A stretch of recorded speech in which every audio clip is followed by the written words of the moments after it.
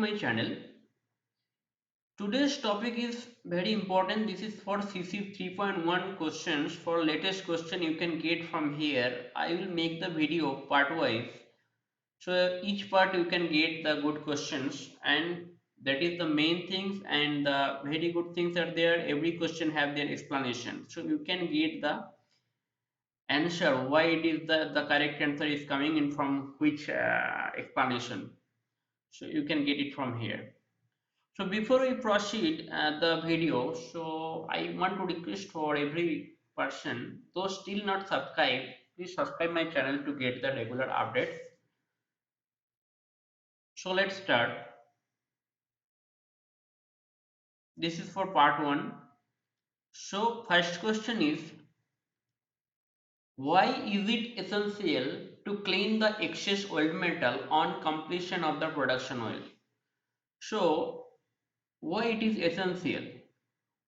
In production oil, you see some of the maybe reinforcement is high more than the acceptance criteria.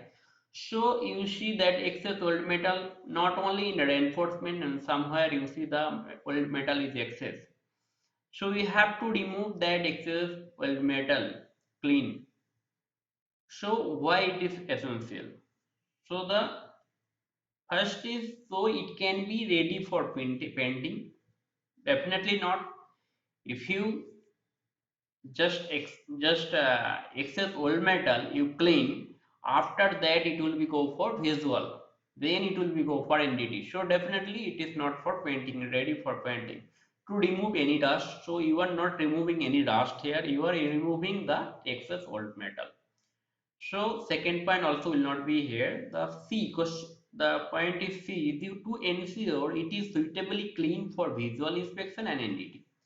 The third question it can be, why it is, I am telling the ensure you are removing the excess oil metal, then means you are cleaning the oil metal for visual inspection. After that cleaning the excess oil metal, so inspector will come for check the visual inspection.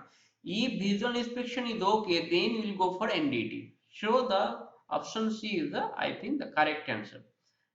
And the D is D, to remove slack from the end undercut. So you are not removing any slack from the undercut, you are removing the excess old metal. So question C is the correct question, not question C, option C is the correct answer.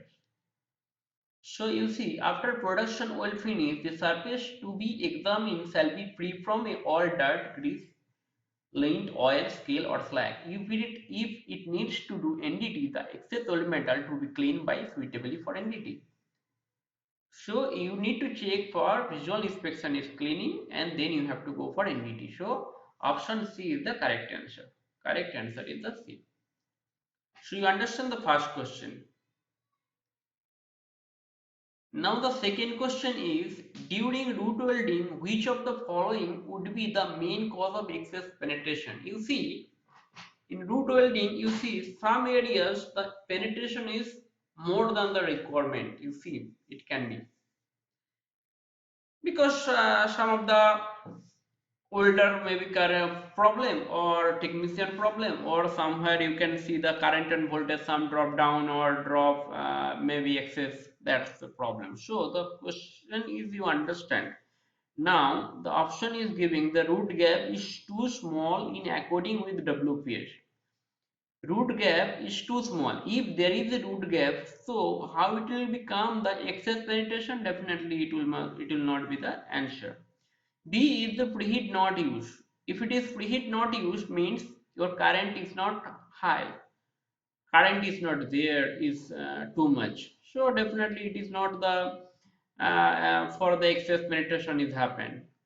The current is too high. Yes, this will be the answer. After we will go for D. The current is too high. If current is too high, definitely the penetration will be the more.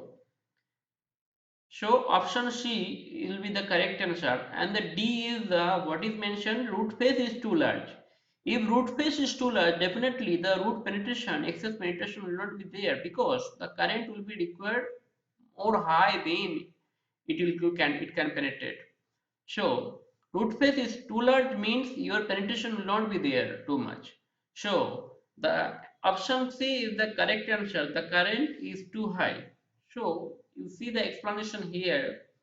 Weld heat input high means reduce how it will be prevent reduce arc voltage and welding current, increasing welding speed. So this is the main causes. Weld input too high, then it will be go for penetration, excess penetration. You see the arc energy kilojoule per mm. It is volt V into A means volt into amperes divided by welding speed into 1000. It means amperes high means heat input high means excess load penetration. If you give the amperes too much means current is too much, then heat input definitely high. Then if heat input high means the excess penetration will be there. So correct answer is the answer C. The current is too high. So you understand the second question. Question number third. At what level is H2 considered to be more critical in cracking? So there is old metal deposited, there is H2 level is there. Means the question is what level should be there? If it is more than that, it will be critical for cracking.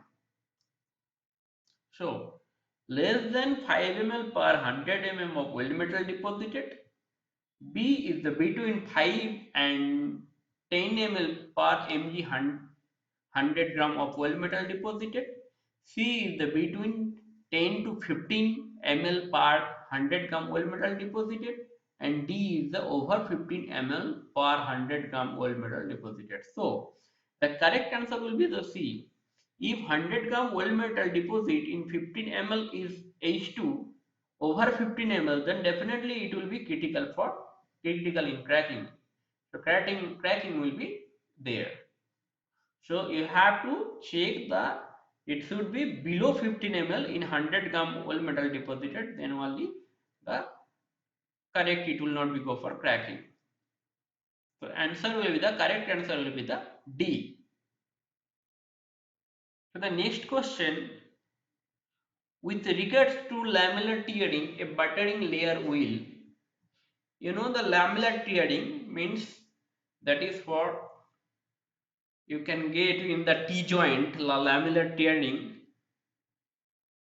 With regards to lamellar tearing, a buttering layer, if you see the lamellar tearing is there in T joint, it can be there, so there will be a buttering layer. Why it is required the buttering layer?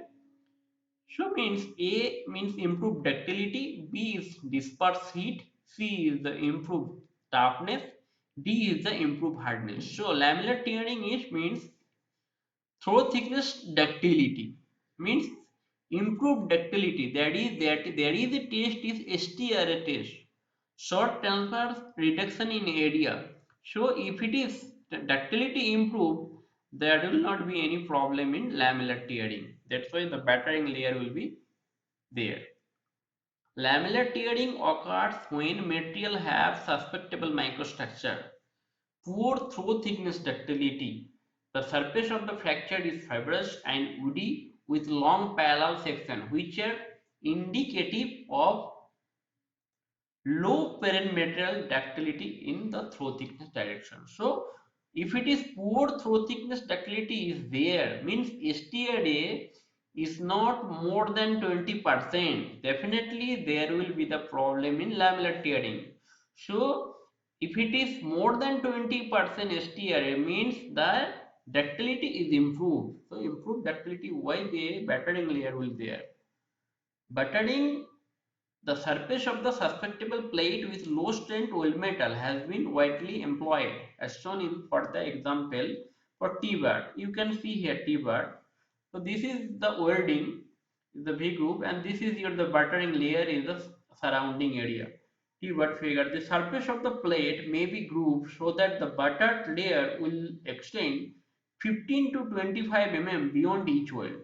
So you see this is your T joint, this is your welding. So beyond 15 to 25 mm the buttering layer surrounding area is there. So surrounding area, why it is weathering layer is there to improve the ductility. So answer will be the A. Question 5. Lamellar tearing can be detected by which of the following ND method? How we can be detected the lamellar tearing is there in the plate, in the joint? So first is the radiography, second is ultrasonics, C is the eddy current, fourth is the MPI using AC. First things, if surface breaking is there, lamellar tearing tears can be readily detected using visual inspection. If there is a surface breaking, definitely we can see the lamellar tears in the visual examination. But visual examination all liquid penetrate or magnetic particle testing. But if there is an internal crack, if it's required the ultrasonic examination. Why? We cannot see actual tear from the which area it is coming in the radiographic examination. We can see only in ultrasonic examination. In that type of lamellar tearing it can be detected only in the ultrasonic examination. So the question will be the answer will be the B.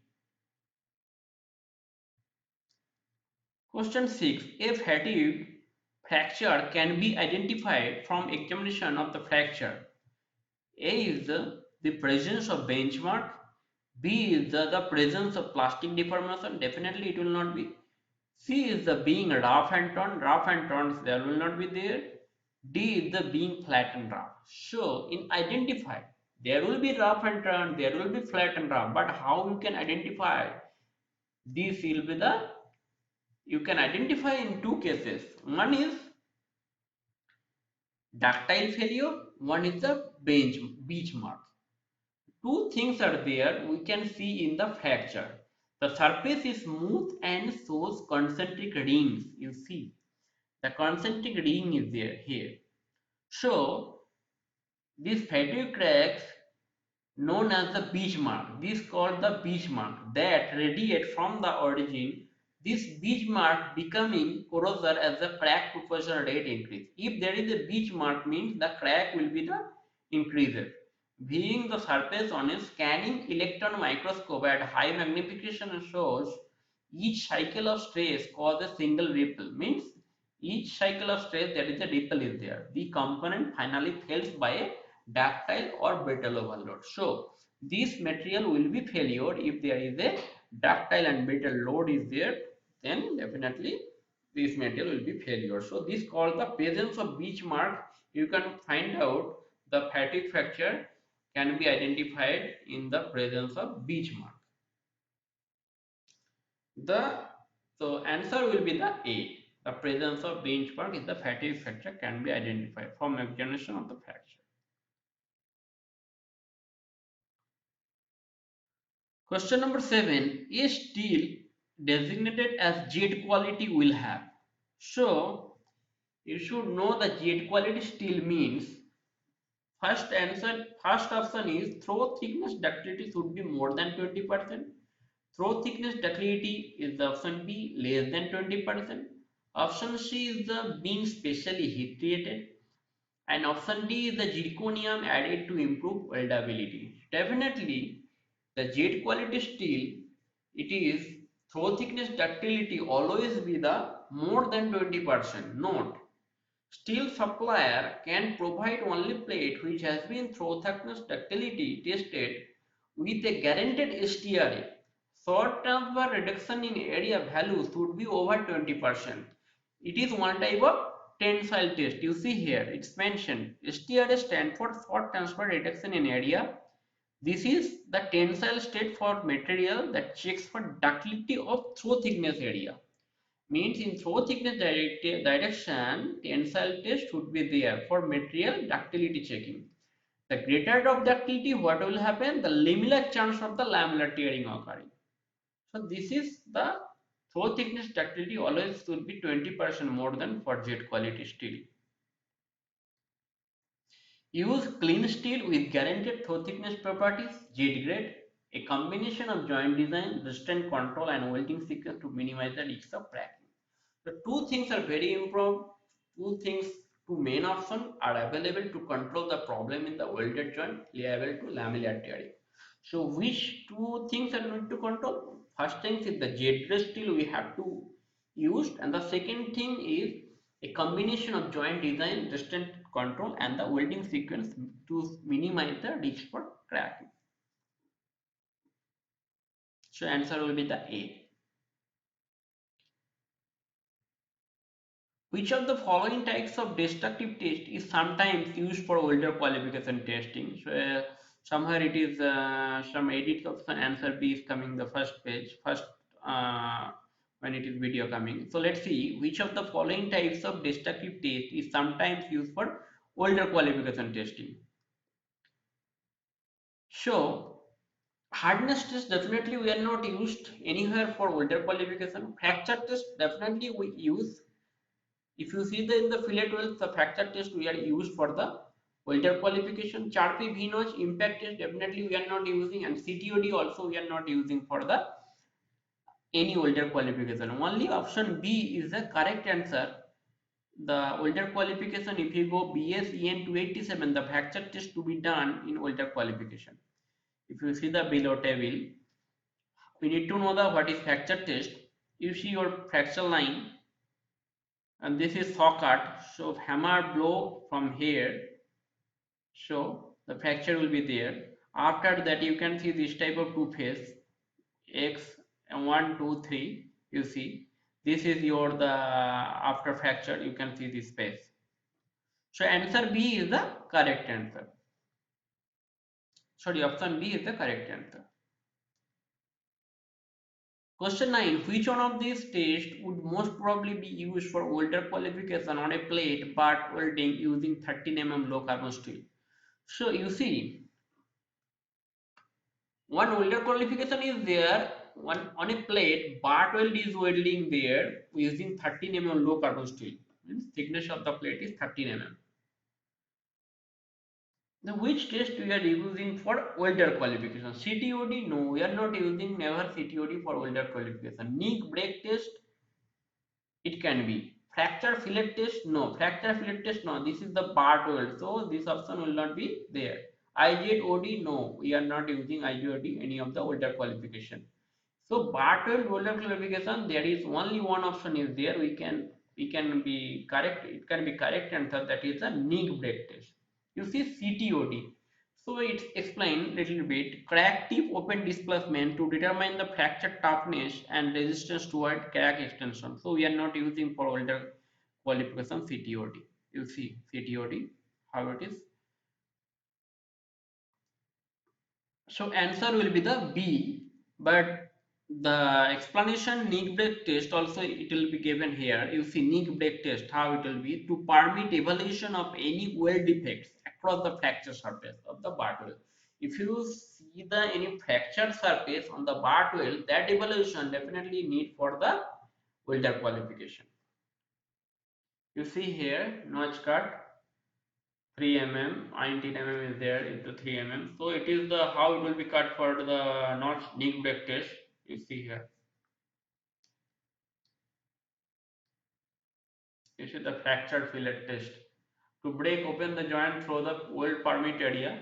So this is not the fracture fillet test. Definitely this is the butt weld. So this is for fillet weld. So the option will not be the answer. IJOD means impact test. So you see the impact test how it is RP and IJOD. So this is not also required for the welder qualification. The correct answer will be the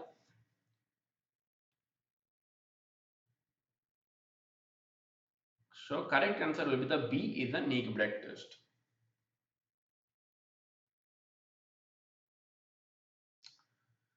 So question number 10, a transverse tensile test piece from a weld joint will give the, so if you see the transverse tensile test piece from a weld joint, just you see the some of the people from laboratory, a transfer tensile test piece is cutted from the welded joint. What will give the actually tensile strength of the joint? Tensile strength of the joint, that is first one, the tensile strength of the weld. Second one is the tensile strength of the joint. Option C is the stress strain characteristics of the weld. Option D is the stress strain characteristics of the joint. So answer, you see how we can get the answer. First is the tensile strength of the weld. So we are not getting the tensile strength of the weld. It is the joint. Tensile strength of the joint. So we are not getting only the tensile strength of the joint. You see here, it is clearly mentioned. Transverse tensile test means to measure the transverse tensile strength of a bar joint under a static load. Means the ultimate tensile strength is usually found by performing a tensile test and recording the engineering versus strength. So where you can find out this ultimate tensile strength, you can find out in the stress strain diagram. So the option C is the stress strain characteristics of the weld. So it is not for weld, it is for the joint. So stress versus strain characteristic of the joint. So answer will be the option D. You see the transverse tensile stress, how it will be coming from the weld joint from here to here. You see how it is be reduced stress pieces. This is the transverse reduced stress piece. So you understand the right answer. What will be the stress strain characteristics of the joint? So definitely the ultimate tensile stress we are recording in the engineering stress strain diagram. So highest point of the stress strain value is the ultimate tensile strength and has unit of stress. So answer will be the T.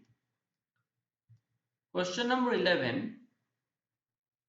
In a welding procedure, you see the transverse joint tensile test of the following observation were made.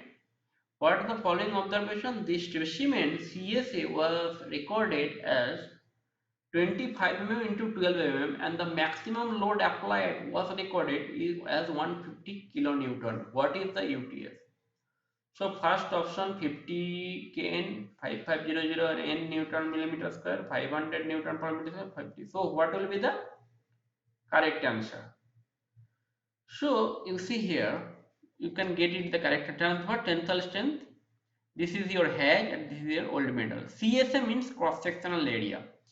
So UTS, what is the formula? Newton per millimeter square. This is the PSI MPO. This is the his unit. UTS unit. This is Newton per millimeter square. So UTS equal to maximum load applied by least CSA.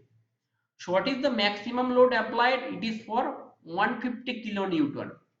And the CSA means cross sectional area. What is the cross sectional area? Least 25 into 12. 25 into 12. 150 into 1000 means we are going to Newton per millimeter square. So 150 kN means it will go for 150 into 1000 divided by 25 into 12, that is the cross sectional area. 25 into 12. So it is coming 500 Newton per meter square. Please take a note for unit of the value. So unit, it will be the Newton per millimeter square. So the 500 Newton per millimeter square is the correct answer. So option C will be the correct answer. So answer C is the correct answer. So I think you understand all question. It is explained properly. If you have any questions for this particular 11 question, you can send a message to me. I'll give you the reply. Anyway, this is the part 1. Though so many parts will be uploaded here. So thanks a lot again. Please like, share and subscribe my channel to get the regular video. Don't forget it. Thanks a lot.